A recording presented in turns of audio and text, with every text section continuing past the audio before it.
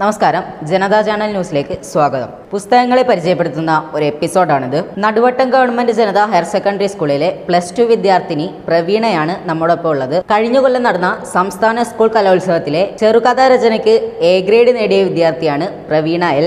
Akhil P ധർമ്മജന്റെ Ram care of Anandi എന്ന പുസ്തകത്തിന്റെ ഒരു ചെറു ആസ്വാദനമാണ് നമ്മളോടൊപ്പം ഇവിടെ പങ്കുവെക്കുന്നത്. ആ ചെറു ആസ്വാദനത്തിലൂടെ നമുക്കൊന്ന് സഞ്ചരിച്ചു വരാം.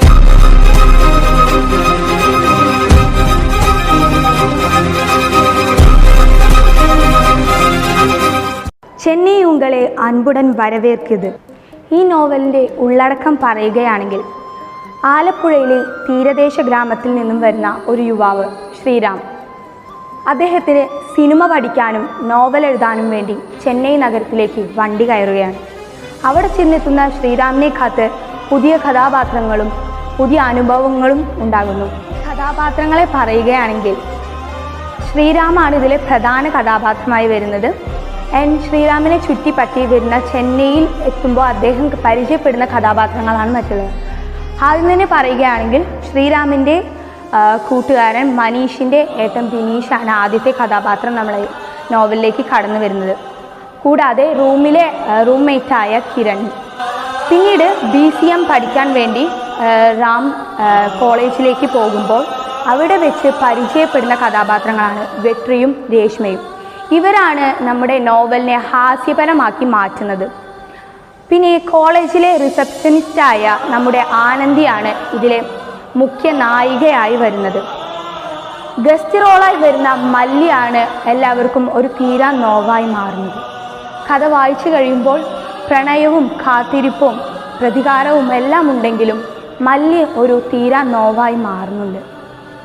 ഒരു ട്രാൻസ്ജെൻഡർ വുമൺ സഹിക്കാവുന്നതിൽ ഉപരി സഹിച്ച ഒരു കഥാപാത്രമായിട്ടാണ് മല്ലിയെ എഴുത്തുകാരൻ ഇവിടെ വിശേഷിപ്പിക്കുന്നത്. ഈ നോവൽ വായിക്കുന്ന ഓരോരുത്തരും ആ ദിവസം ചെന്നൈ നഗരത്തിലൂടെ ഒഴുകി നടക്കുകയായിരുന്നു. ഒരു ആവറേജ് റീഡറായ എന്നെ ഒറ്റ ഇരുത്തി വായിപ്പിച്ച ഒരു നോവലാണ് നോവൽ. അപ്പോൾ എത്രത്തോളം ആ വായനാ രസം ഇതിൽ ആ എഴുത്തുകാരൻ പകർത്തി വെച്ചിട്ടുണ്ട് എന്നത് ആലോചിക്കേണ്ട ഒരു പ്രധാന കാര്യം തന്നെയാണ്. നിങ്ങൾ ഓരോരുത്തരും ഈ പുസ്തകം വായിക്കുമ്പോൾ നിങ്ങളിൽ ഒരു ആകാംക്ഷ പൊട്ടിമുളയ്ക്കാറുണ്ട്. കാരണം ആ എഴുത്തിൻ്റെ രീതി തന്നെയാണ്. നമുക്ക് ഓവറായിട്ട് സാഹിത്യം കുത്തി നിറച്ച് അതിൻ്റെ ഭംഗി അദ്ദേഹം നഷ്ടപ്പെടുത്തിയിട്ടില്ല. വാർദ്ധക്യത്തിലെത്തിയിട്ടും യൗവനത്തിൻ്റെ ഊഷ്മളത കൈവിടാത്ത ഒരു കഥാപാത്രം ഈ നോവലിലുണ്ട്. പാട്ടിയാണ് ആ കഥാപാത്രം. പാട്ടിയും എന്നെ അത്രമേൽ സ്വാധീനിച്ച ഒരു കഥാപാത്രമാണ്. പാട്ടിയുടെ സ്വന്തം മക്കളെന്നില്ലെങ്കിൽ പോലും ആ റാമിനോടും രേഷ്മയോടും ആനന്ദിയോടും വെട്രിയോടുമൊക്കെ കാണിക്കുന്ന ആ ഒരു സ്നേഹം ഓരോ വായനക്കാരെയും ആ പാട്ടിയിലേക്ക് ഊർന്നിറങ്ങാൻ സഹായിക്കുന്ന ഒന്നാണ്. ഈ പുസ്തകം ഇത്രത്തോളം മനോഹരമാക്കി എഴുതി തീർത്ത അഖിൽ പി ധർമ്മജിനോട് ഒരുപാട് നന്ദി അറിയിക്കുന്നു. നിങ്ങളെല്ലാവരും ഈ നോവൽ വായിക്കണം. നിങ്ങൾക്ക് ഓരോരുത്തർക്കും ഇഷ്ടമാവും.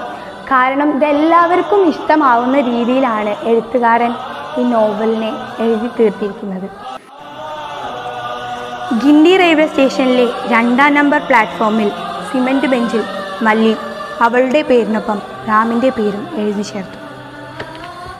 റാം കെയർ ഓഫ് ആനന്ദി എന്ന ഈ മനോഹരമായ നോവലിൻ്റെ ആസ്വാദനം ഞാൻ ഇവിടെ വെച്ച് അവസാനിപ്പിക്കുകയാണ്. 2 വാക്കാൽ തീർക്കാൻ പറ്റുന്നതല്ല ഈ നോവലിൻ്റെ ആസ്വാദനം. എങ്കിലും ഈ നോവലിനെ കുറിച്ച് പറയാൻ സാധിച്ചതിൽ ഞാൻ ഒരുപാട് സന്തോഷവതിയാണ്. എല്ലാ വായനക്കാർക്കും ഈ പുസ്തകം ഞാൻ നിർദ്ദേശിക്കുന്നു. നന്ദി, നമസ്കാരം.